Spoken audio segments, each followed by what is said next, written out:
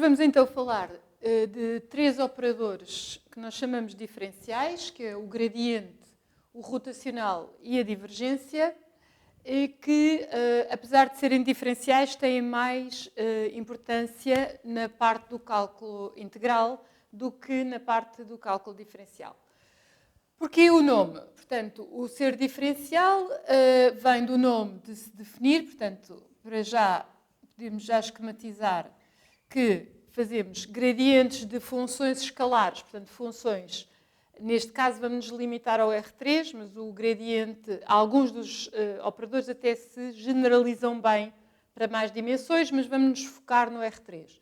Portanto, temos uma função de classe C1 no domínio de R3, função escalar, e, portanto, para ela está definida a função, o vetor gradiente, ou seja, a operação, que agora vamos definir através de um operador que se chama nabla.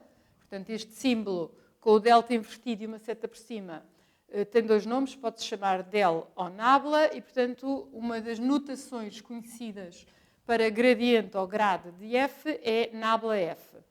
Portanto, a definição já se escreve. Depois temos o segundo operador, que vamos chamar rotacional, mas neste caso é o rotacional de um campo vetorial, também ele de classe C1 numa região de R3, mas portanto estamos a falar de campos vetoriais em R3. Este define-se como o operador nabla, produto externo com o campo F. Já escrevemos a sua definição. E finalmente temos o operador de divergência de um campo vetorial F, com a boa característica de ser de classe C1 em U, que é definido como o nabla interno com F grande.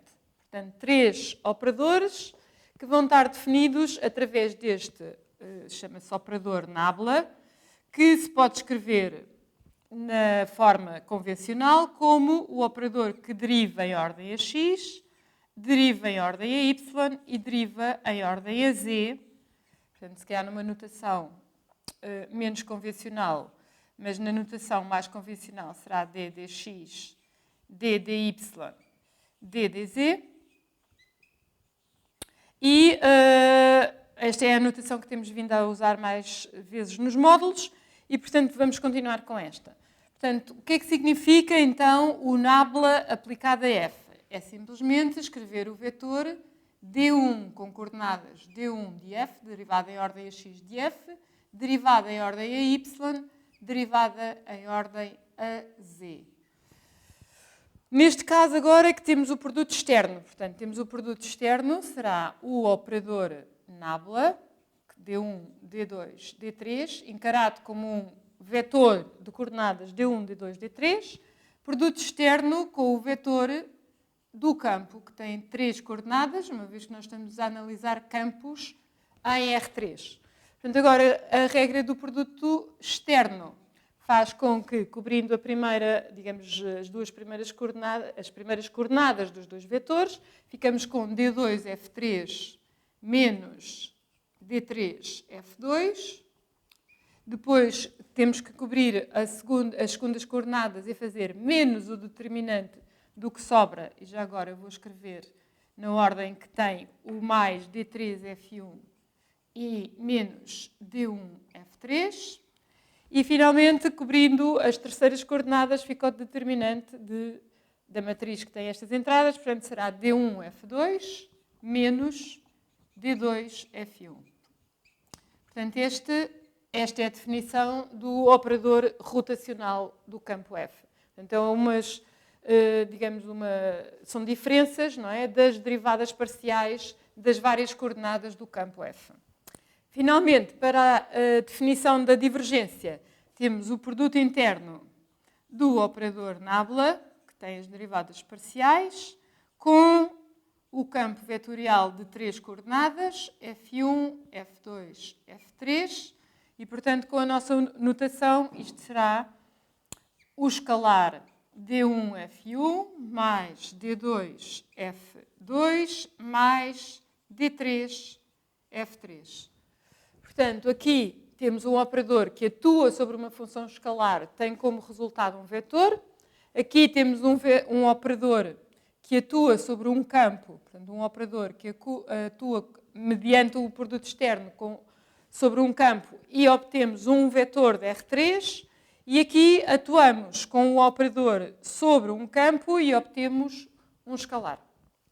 Portanto, uma vez dadas as definições, trata-se só de aplicá-las para os cálculos relativamente, podem ser mais simples ou mais complicados. Portanto, no caso em que eu escolhi aqui uma função que é a soma do monómio com uma exponencial, fica bem definido o operador gradiente, portanto, o que nós podemos calcular é o vetor gradiente desta função. Portanto, note-se que o vetor gradiente, além da notação nábula f, também se pode escrever como a derivada transposta da função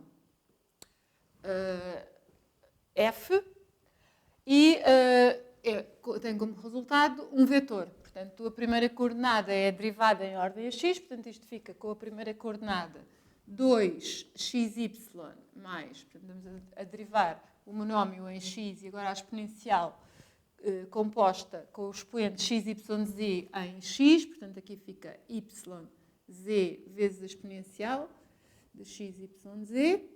Depois, a segunda função coordenada do vetor gradiente será a derivada em ordem a y, portanto, temos que derivar o monómio e fica x ao quadrado.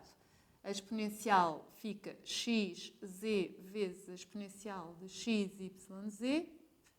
E, finalmente, a terceira coordenada do vetor gradiente, uma vez que não existe aqui função em z, é só derivar a função exponencial em z e fica xy vezes a exponencial de xyz. Portanto, isto é o exemplo de uma função cujo gradiente vai depender de ponto para ponto, não é? Depende das coordenadas x, y, z dos pontos. Portanto, recordando que o vetor rotacional se define mediante estas coordenadas que são combinações lineares de derivadas parciais, portanto, é aplicar agora a este campo vetorial de coordenadas f1, f2 e f3. Portanto, temos que derivar esta coordenada seno, portanto, a coordenada f3 em ordem a y, portanto, em ordem a y fica z cosseno de x, de yz, ao qual vamos subtrair a derivada em ordem a z da segunda função coordenada, portanto, vai ficar menos com menos dá mais, 2z, portanto, esta há de ser a primeira coordenada do vetor rotacional. Depois, prosseguindo, temos que derivar esta em ordem a z que dá 0 e subtrair a derivada em ordem a x da terceira coordenada que dá 0. Portanto, esta é a coordenada 2 do vetor rotacional. E, finalmente, temos que fazer derivada em ordem a x, desta que é 0, e subtrair a derivada em ordem a y, que agora é que já não é 0, da função x vezes y, portanto, a terceira e última coordenada do rotacional fica menos x. Finalmente, com um vetor, com um campo vetorial f, podemos ainda definir a divergência desse campo. Portanto, a divergência deste campo é, voltando a recuperar a memória sobre que é uma soma das derivadas parciais, derivamos esta em x, somamos com a derivada desta em y, derivada daquela em z, e, portanto, dá um escalar. Portanto, é isso mesmo que vamos fazer. Portanto, calculamos a derivada em ordem a x da primeira função coordenada e resulta y. Derivamos em ordem a y a segunda função coordenada, e escrevemos isto só para não nos esquecermos, estamos a somar derivadas parciais com o mesmo índice. E, finalmente, temos a derivada em ordem a z do seno de yz, composto, não é? Portanto, vai ficar y cosseno de yz.